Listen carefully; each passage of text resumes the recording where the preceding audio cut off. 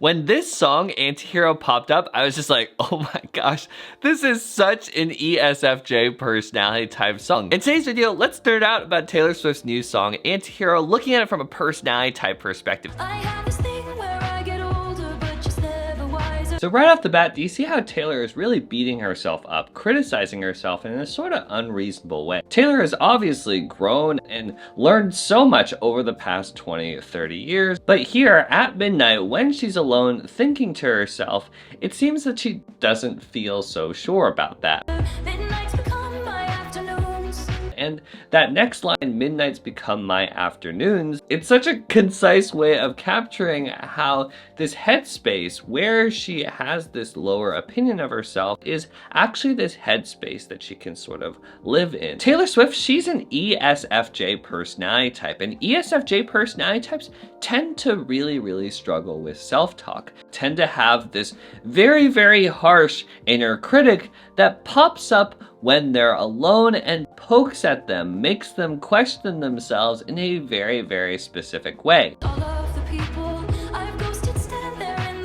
When my depression works the graveyard shift, all the people I've ghosted stand there in the room. Another super ESFJ personality pattern that's popping up in this song, Antihero, is how Taylor describes being haunted by these patterns in her past. Taylor Swift, she's a personality type that really likes to think back on things, to reminisce, is someone that naturally likes to replay her past experiences over and over again to appreciate and hold on to the things that she's learned and seen before. If you've ever heard any of Taylor Swift's most intense songs, you know how much she likes doing this. It's one of her strongest personality superpowers. However, sometimes this replaying your past experiences over and over again thing, it can also have its downsides. I should not be left to my own devices. They come with prices and vices. I end up in crisis. When I'm doing my thing, the thing that I'm always causing, there's always these consequences, this destruction, these problems that I'm causing or finding myself in, tale as old as times. Do you see how Taylor's version of spiraling really involves a lot of thinking back on things over and over again? This is a very ESFJ personality type way of beating herself up, feeling low about herself, and then this replaying memories thing that she's really good at, that she likes doing all the time, starts flooding her with all these examples to support and reinforce this negative view of herself. Tale as old as time, all the people I've ghosted stand there in the room. Oh my gosh, when I'm thinking back on things, look at all these concrete examples of how this is really who I am.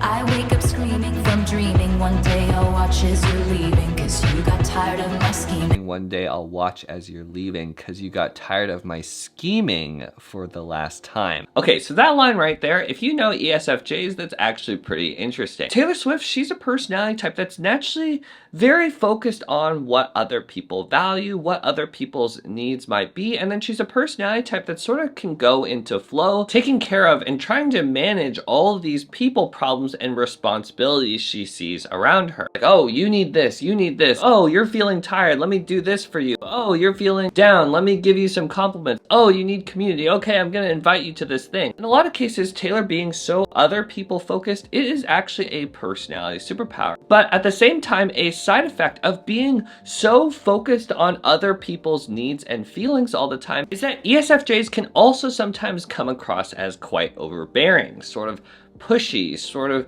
intrusive, sort of like people control freaks that can't stop running around to spray you with a fire extinguisher with their very strong, I know what's best for you attitude about things that's very ESFJ. And when ESFJs sometimes get this backlash, stop doing that. That's annoying. No one's asking you to be the mom of the group. Just be a normal person. That criticism, that backlash can really hit at EFJ personality types' insecurities, throwing them off going, oh my gosh, wait, what? I can't stop myself. I just keep seeing the needs and feelings and responsibilities around me, and I'm just trying to manage that. I really thought that's what I was supposed to do, who I was supposed to be. I'm thinking about other people and their needs all the time, but it seems like when I'm doing that, being me, It's upsetting other people. It's annoying. This train of thought can really shake ESFJ personality types up, make them start questioning themselves, and start even sometimes resenting themselves in a why am I like this? Why can't I stop being like this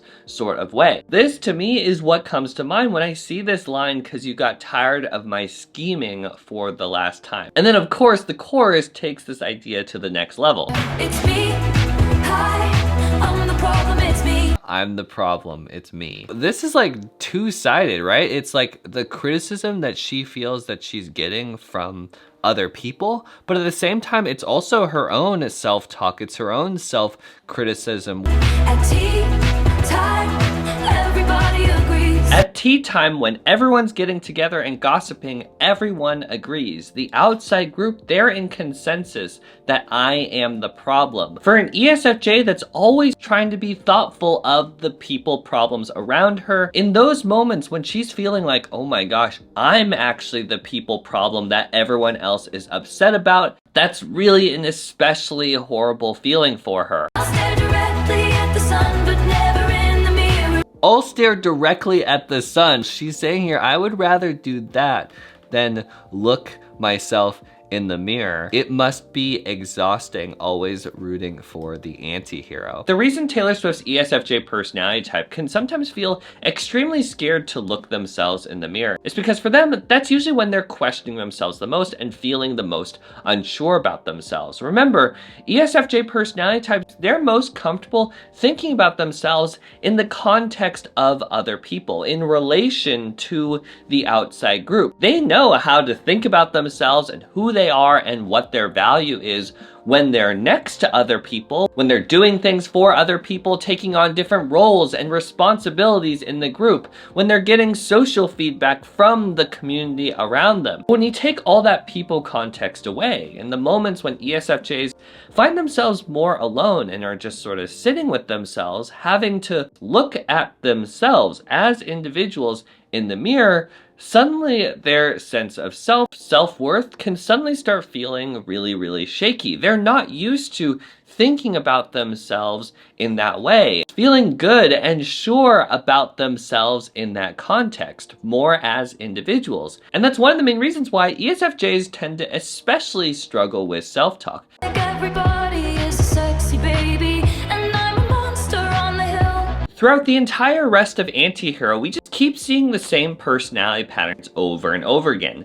Taylor being extremely outside other people focused and having a very shaky sense of self. Taylor has so much angst about the people around her, this fear of upsetting people, this fear of rejection that's subtext under everything. Why are they rejecting me? Why are they looking at me like that? Why aren't they understanding me and my intentions? I'm really trying hard to not cause any problems, but they keep getting upset. They keep running away from me. I think I'm really the problem. And then you see Taylor just really start ripping into herself. Did you hear my covert narcissism? I might disguise as altruism, like some kind of congressman, tale as old as time. So even the good things that she does, the ways she cares for other people, she's questioning and tearing apart. I wake up screaming from dreaming, one day I'll watch as you leave. And life will lose all its meaning for the last time. Like, you guys, the group, how you guys are responding to things, what you guys value, that's actually all that I know and care about. So if you guys leave,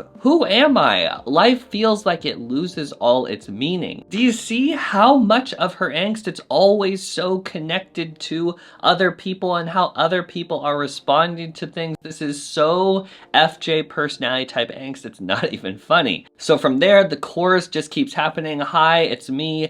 I'm the problem, it's me. And then the song builds to describe this scene, which if you think about it, is actually pretty intense and dark. I have this dream, my daughter-in-law kills me for the money. She thinks I left them in the will. The family gathers round and reads it, and then someone screams out, she's laughing up at us from hell. 13 cents. No! Isn't it crazy how even when Taylor's describing herself being dead, she still can't stop thinking about other people? She's still so focused on how other people are responding. That's what she can't get out of her head. And in the music video, it keeps getting even more intense as we see Taylor step outside of her coffin to look around, even more at the people problems around her that she feels she's responsible for and causing. Her feeling, even when I'm dead, I'm upsetting people. Oh my gosh, this really is my legacy. I really am the problem. It's me. You know, zooming out, I think Antihero really beautifully captures just how unreasonable and out of control things can get sometimes if you're too other people focused all the time. When you're overvaluing the outside group opinion, over focusing on other people instead of being a little bit more comfortable with yourself. Strong extroverted feelers, it's amazing how good you are at thinking about what the outside group values. But hopefully from today's discussion, you can see how it's also super important to have your personal sense of self and self-worth not be so overly connected to the outside group, because other people, how they're reacting and responding to things, that's something that's outside of your control. That's not a reliable or sustainable way to define who you are and what your self-worth is. You having a feeling of acceptance, of being good enough, of self-worth, that's something you need to be able to find for yourself. Practice thinking about for yourself. A little while ago, I made some other personality analysis videos on Taylor Swift and her personality type. If you guys want to check them out, they're right here and right here. On top of that, if you guys were interested in some of my extra thoughts and commentary, in particular, talking about that weighing scene that Taylor scrubbed out of her Antihero music video, you can find some of my unfiltered bonus thoughts in a Patreon video linked down below in the description. You are the changemaker of your own life. Let's think more deeply. I'll see you guys in the next one. Peace, bye.